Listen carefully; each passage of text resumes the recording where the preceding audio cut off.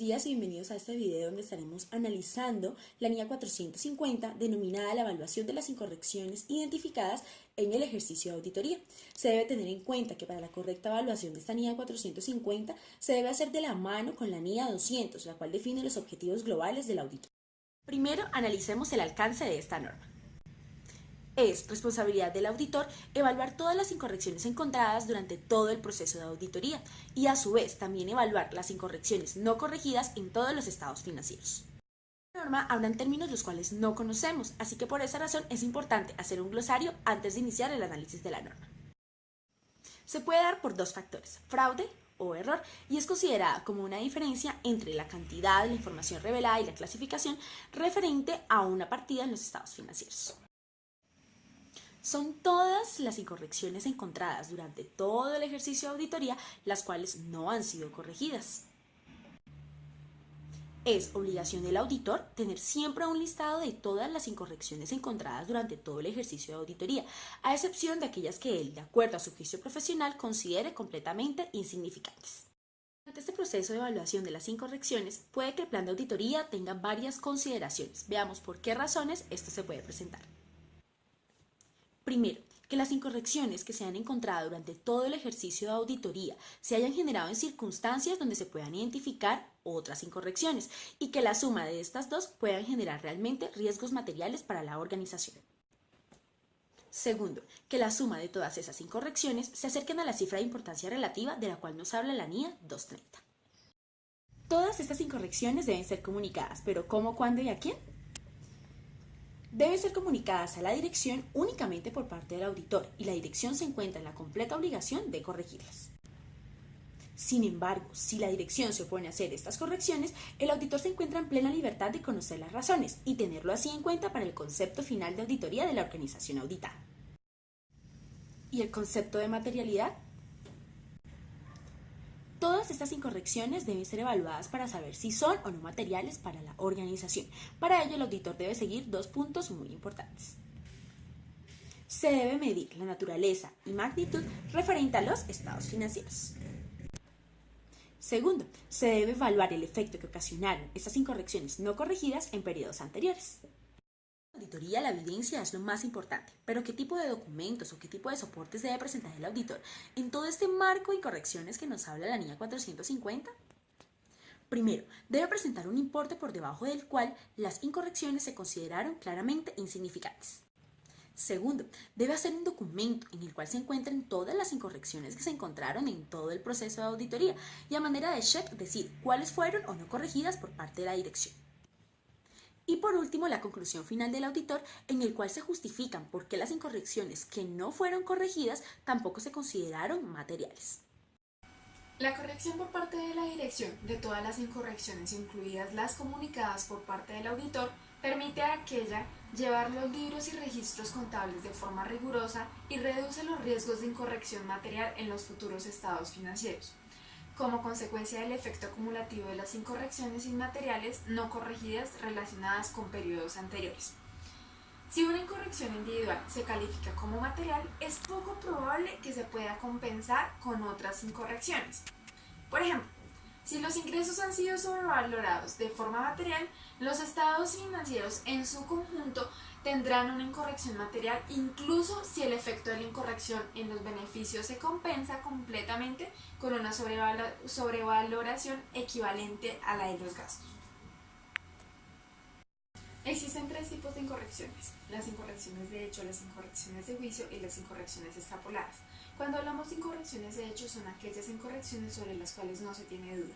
Las incorrecciones de juicio son diferencias derivadas de los juicios de la dirección en relación con las estimaciones contables que el auditor no considera razonables o relativas en selección o aplicación de políticas contables que el auditor considere inadecuadas. Las incorrecciones extrapoladas son la mejor estimación del auditor de incorrecciones en las poblaciones, la cual implica la proyección de incorrecciones identificadas en muestras de auditoría al total de las poblaciones de las que se extrajeron esas muestras. La NIA 530 contiene orientaciones para determinar las incorrecciones proyectadas y evaluar los resultados. El auditor puede determinar un importe por debajo del cual la incorrección sea claramente insignificativa y no es necesario acumularla porque el auditor espera que su acumulación claramente no tendrá un efecto material sobre los estados financieros. Cabe aclarar que claramente inmaterial y no material son cuestiones diferentes. Las cuestiones claramente insignificativas tienen un orden de magnitud más reducido que la importancia relativa determinada en conformidad a la NIA 320. Sobre las incorrecciones en auditoría, el auditor, dentro de la documentación de auditoría, incluirá en primer lugar el importe por debajo del cual las incorrecciones se consideran claramente insignificantes. En segundo lugar, todas las incorrecciones acumuladas durante la realización de la auditoría y si han sido corregidas. Y por último, la conclusión sobre las incorrecciones no corregidas si resultan materiales individualmente o de manera agregada y la base para dicha conclusión. Las incorrecciones en auditoría pueden ser resultado de una inexactitud al recoger o procesar los datos sobre los cuales se preparan los estados financieros, una omisión de una cantidad o una información a revelar, una estimación contable incorrecta por no considerar hechos o por una interpretación errónea. Juicios de la dirección en relación con estimaciones contables que el auditor no considera razonables. Para facilitar al auditor la evaluación del efecto de las incorrecciones acumuladas durante la realización de la auditoría y la comunicación a la dirección y al gobierno de la entidad, puede ser útil para identificar las incorrecciones entre incorrecciones de hecho, incorrecciones de juicio e incorrecciones extrapoladas. Las incorrecciones pueden no ser un hecho aislado. La evidencia de que pueden existir otras incorrecciones incluye, por ejemplo, los casos en el que el auditor identifique que la incorrección se produjo debido a un fallo del control interno o porque la entidad ha aplicado de manera generalizada hipótesis o métodos de valoración inadecuados. Buenos días, entonces continuando con nuestra exposición sobre la NIA 450.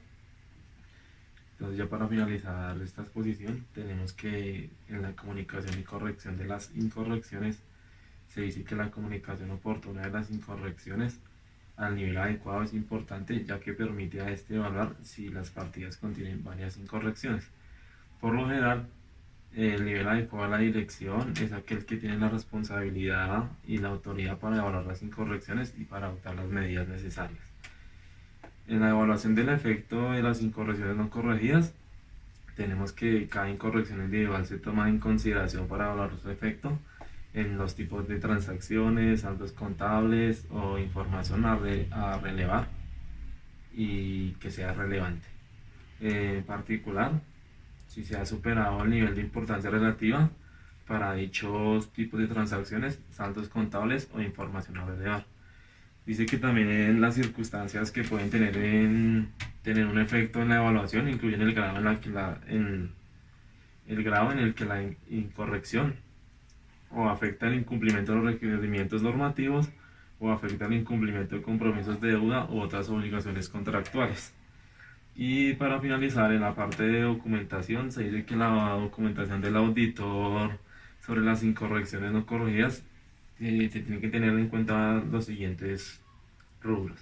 El primero es la consideración del efecto agregado en las incorrecciones no corregidas. El segundo es la evaluación relativa, si el nivel o los niveles de importancia relativa para determinar tipos de transacciones, saldos contables, información a relevar o en su caso ya han sido superadas. Y por último tenemos que la evaluación del efecto de las incorrecciones no corregidas sobre claves o tendencias y el cumplimiento de los requerimientos normativos y contractuales. Por ejemplo,